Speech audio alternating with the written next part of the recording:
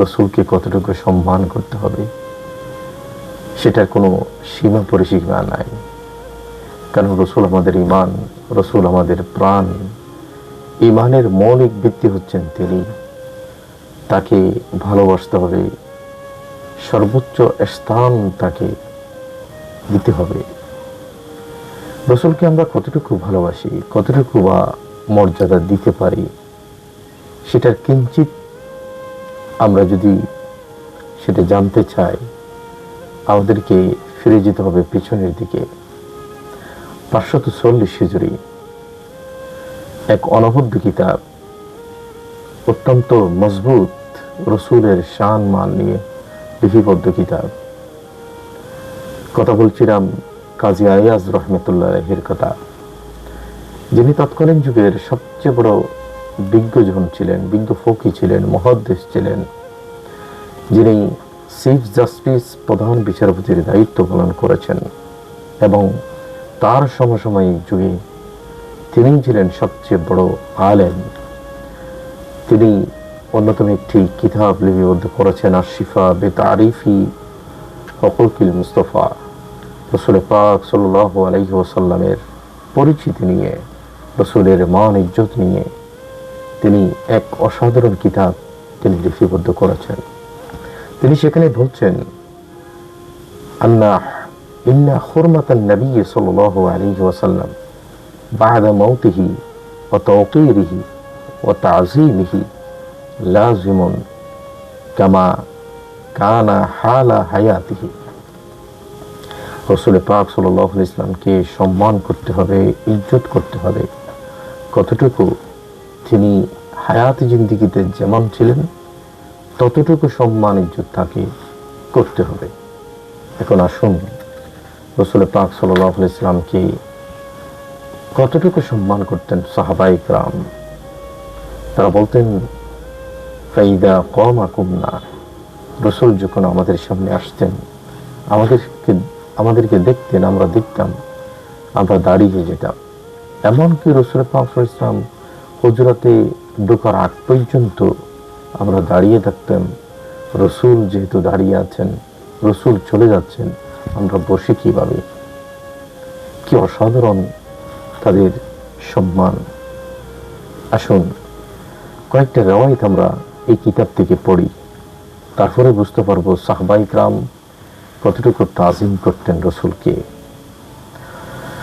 Rubia Osama ইবনু শারিক রাদিয়াল্লাহু তাআলা আনহু তিনি বলছেন, ক্বালা আতাইতুন নবী সাল্লাল্লাহু আলাইহি ওয়াসাল্লাম ওয়া আসহাবুহু, আমি রাসূলের কাছে আসলাম এবং রাসূলের সাহাবীরাও আসলেন।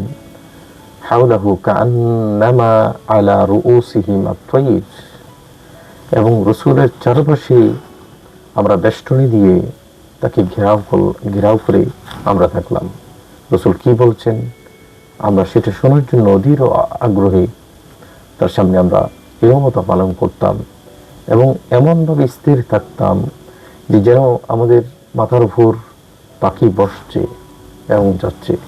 পাখি মনে করছে যে এই বোধ হয় একটি শুষ্ক কাঠ, যে কাঠ কখনো নড়াচড়া করে না।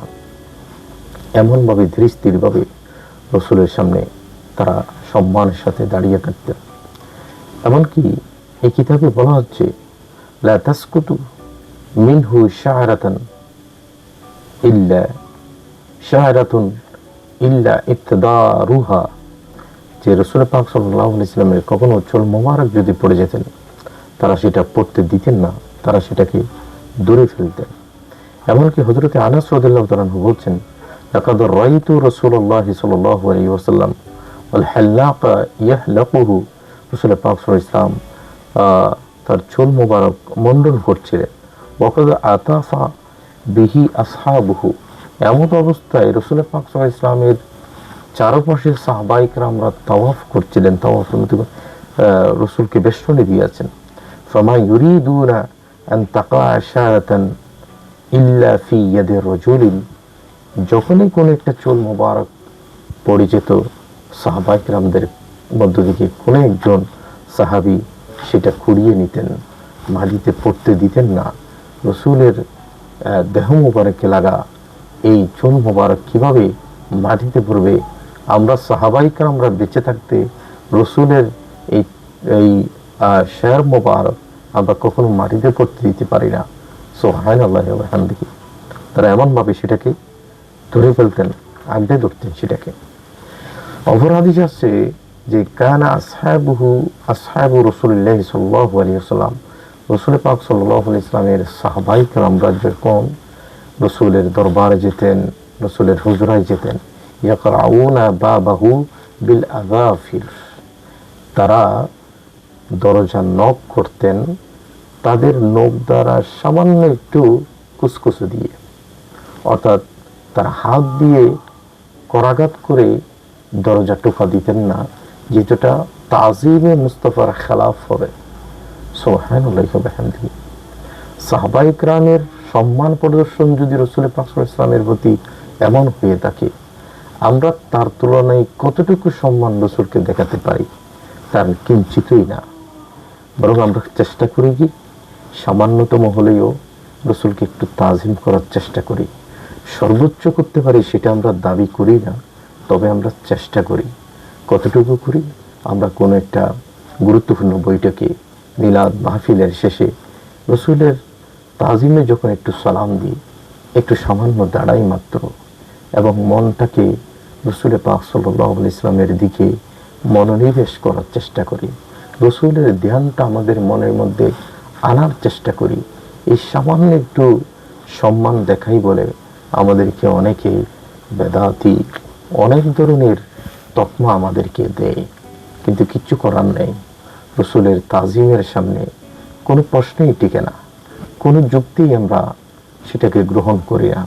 আমরা রাসূলের তাজিমকে সর্বোচ্চ পর্যায়ে স্থান দেওয়ার চেষ্টা করি।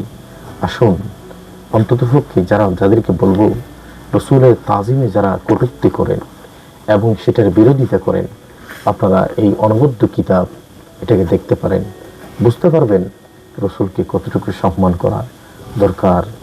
আল্লাহ সুবহানাহু ওয়া তাআলা আমাদেরকে রাসূল পাক সাল্লাল্লাহু আলাইহি ওয়াসাল্লামকে আল্লাহ সুবহানাহু ওয়া তাআলা যেই সম্মান ইজ্জত দিয়ে পাঠিয়েছেন সেটা যেন আমরা আদায় করতে পারি।